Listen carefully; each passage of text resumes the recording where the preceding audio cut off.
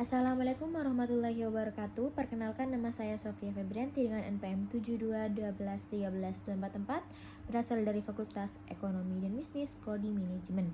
Baiklah, di video kali ini saya akan meresum materi tentang motivasi.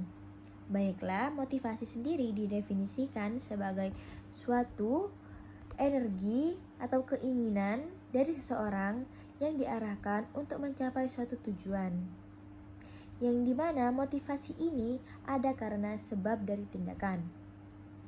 Menurut saya sendiri, motivasi merupakan dorongan yang kita lakukan kepada seseorang agar seseorang itu bisa memenuhi apa yang kita harapkan. Jadi di sini motivasi sendiri digunakan agar kita bisa membentuk seseorang atau membantu seseorang dalam mencapai tujuan. Teori motivasi. Teori motivasi sendiri ada 3, yaitu yang pertama, teori kepuasan, yang dimana di dalam teori ini menitik beratkan kepada kebutuhan dan kepuasan diri individu yang akan menyebabkan mereka bertindak dan berperilaku dengan cara tertentu. Dan di dalam teori ini juga berpusat kepada di dalam diri individu bagaimana cara mereka menguatkan, mengarahkan, mendukung, dan mengendalikan perilaku mereka. Yang kedua yaitu teori motivasi proses, yang dimana di dalam teori ini berkenaan dengan bagaimananya motivasi atau proses motivasi tersebut, yang biasanya di dalam teori ini akan menjawab bagaimana seorang individu dalam menguatkan, mengarahkan, mengendalikan, dan memelihara perilaku mereka agar sesuai dengan apa yang diinginkan oleh manajer.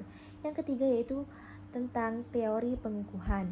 Di dalam teori pengukuhan sendiri, yaitu kita akan mempelajari perilaku individu, yang biasanya di dalam teori ini berkenaan atau mendasari sebab akibat dari perilaku dengan kaitan atau hubungannya dengan pemberian kompensasi.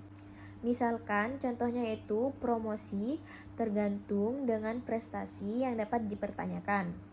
Faktor-faktor yang mempengaruhi motivasi kerja. Yang pertama ada yaitu hygiene factor, yang biasanya meliputi gaji, hubungan kerja, kualitas supervisi, hubungan antar pribadi, kebijaksanaan, dan administrasi perusahaan.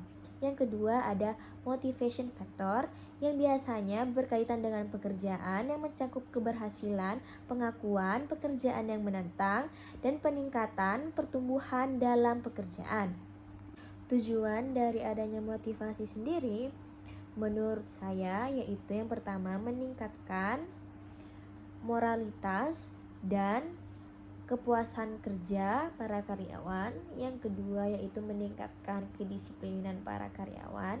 Yang ketiga yaitu kita dapat meningkatkan kreativitas dan loyalitas yang ada dari para karyawan.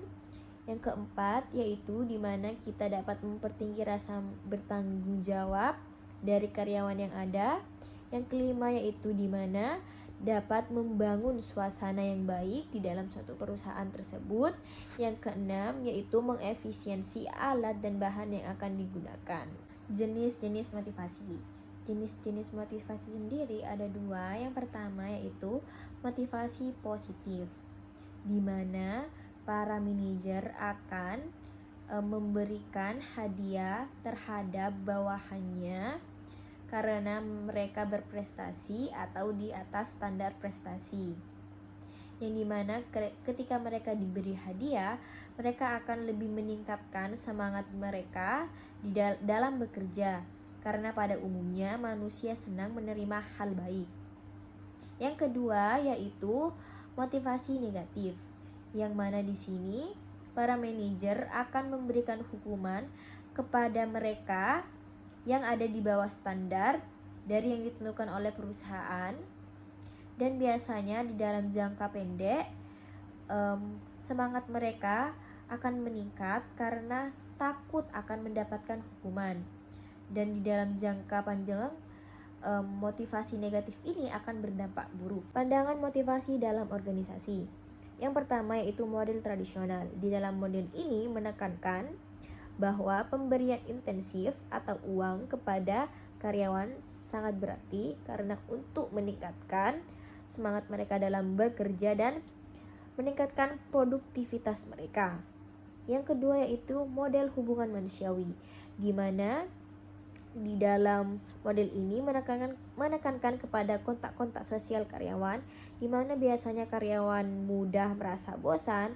Oleh karena itu perlunya dimotivasi agar mereka tidak merasa bosan melalui pemenuhan kebutuhan-kebutuhan sosial agar mereka bisa menganggap diri mereka berguna dan berharga di dalam suatu organisasi tersebut. Yang ketiga yaitu model sumber daya manusia. Di dalam model ini mengatakan bahwa bukan hanya pemberian intensif dan kepuasan diri karyawan saja yang harus dipenuhi. Karyawan juga perlu dimotivasi untuk berprestasi dan mendapatkan pekerjaan yang layak atau tugas tanggung jawab yang lebih. Motivasi intensif untuk para manajer eksekutif. Di sini yaitu maksudnya pemberian intensif kepada para manajer eksekutif karena mereka memiliki tanggung jawab yang besar dan oleh karena itu mereka harus diberikan reward atau intensif yang lebih karena tugas dari mereka biasanya mengambil keputusan dengan sebaik-baiknya. Segitu saja penjelasan yang bisa saya sampaikan. Kurang lebihnya saya memohon maaf. Saya Sofia Febrianti undur diri. Wassalamualaikum warahmatullahi wabarakatuh.